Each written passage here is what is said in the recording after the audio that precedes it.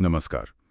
आज हम समुद्र से आई एक कह सकते हैं काफी हैरान करने वाली घटना पर बात करने वाले हैं। सोचिए एक छोटी सी नाव है और उसके पीछे दो बड़ी बहुत बड़ी नौकाएं लगी हैं और फिर कुछ ऐसा होता है जो किसी ने सोचा भी नहीं था।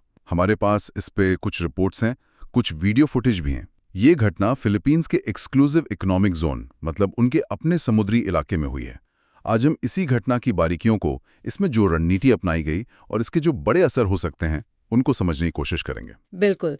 और ये घटना ऐसे समय में हुई है जब दक्षिण चीन सागर में तनाव पहले से ही काफी बढ़ा हुआ है। फिलीपींस की नौसेना की एक नाव थी, वो बस अपनी रूटीन गश्त पर थी, अपने ही इलाके में, तभी ये सब हुआ। हाँ, तो हुआ ये कि फिलीपींस की ये गश्ती नाव अपने रास्ते जा रही थी। तभी चीन के एक कोस्ट गार्ड शिप, जो थोड़ी छोटी होती है, और उसके साथ एक बहुत बड़ा नेवी का युद्धपोत आ गया और वो दोनों उसे घेरने लगे, खदेड़ने की कोशिश कर रहे थे। वीडियो में तो साफ दिख रहा है, उनका प्लान था कि फिलिपीनी नाव को दोनों तरफ से दबा दें, एक तरह से सैंडविच बना दें। हाँ, सैंडविच। ये बहुत ही खतरनाक पैंतरा था, जानबूझकर टक्कर मारने या डुबोने की कोशिश जैसा। बिल्कुल, यहीं पर बात एकदम पलट जाती है। हाँ, क्योंकि फिलिपीनी नाव के कैप्टन ने जो किया वो कमाल की सूझबूझ थी। न गोली चलाई, न वो भिड़ने गए। ठीक उसी वक्त, जब वो चीनी जहाज बिल्कुल करीब आ गए थे, दबाने वाले थे, शायद बस कुछ ही सेकंड का फासला रहा होगा, फिलिपीनी कैप्टन ने अचानक से नाव की स्पीड एकदम फुल कर दी। वो तेजी से आगे निकल गए, नाव तो बच गई।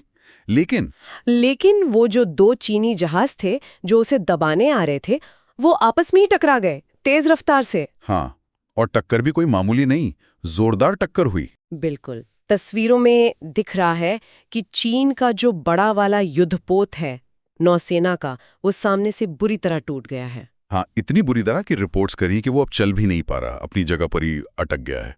जी। और अब चीन को उसे टो करके खींच कर वापस ले जाने के लिए और जहाज भेजने पड़ रहे हैं। और जो दूसरी नाव थी कोस्ट गार्ड वाली, उसे भी नुकसान हुआ है। हाँ, उसे भी नुकसान हुआ है। कुछ रिपोर्ट्स तो जानमाल के नुकसान की तरफ भी इशारा कर रही हैं, हालांकि अभी पुष्टि नहीं है, पर वो शायद अभी चल पा रही है। इस घटना पर दुनिया भर से रिएक्शन आ रहे हैं, कहीं मजाक बन रहा है चीन का, तो कहीं चिंता भी है। चिंता तो है ही। देखिए, चीन के पास दुनिया की सबसे बड़ी नेवी है, जहाजों की गिनती में अमेरिका से भी ज्यादा।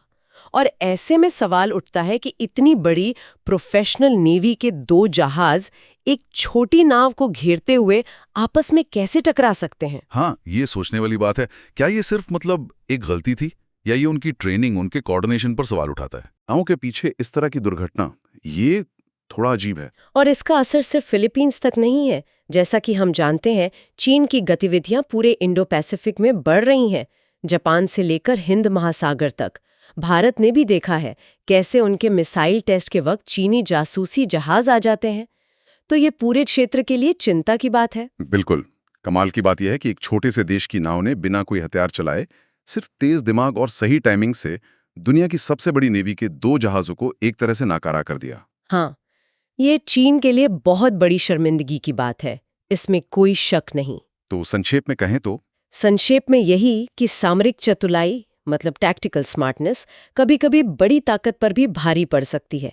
फिलिपीनी कैप्टन ने ये साबित कर दिया। चीन के लिए ये एक सबक भी है और शर्मिंदगी भी। बिल्कुल। और आखिर में एक सवाल सबके सोचने के लिए छोड़ जाते हैं, क्या इस तरह की घटनाएं जो बड़ी ताकतों की कमजोरियों को या उनकी गलतियों को सामने लाती हैं, क्या ये इस इलाके के बाकी देशों को चीन के दावों का सामना करने के लिए अपनी रणनीति बदलने पर सोचने को मजबूर करेंगी?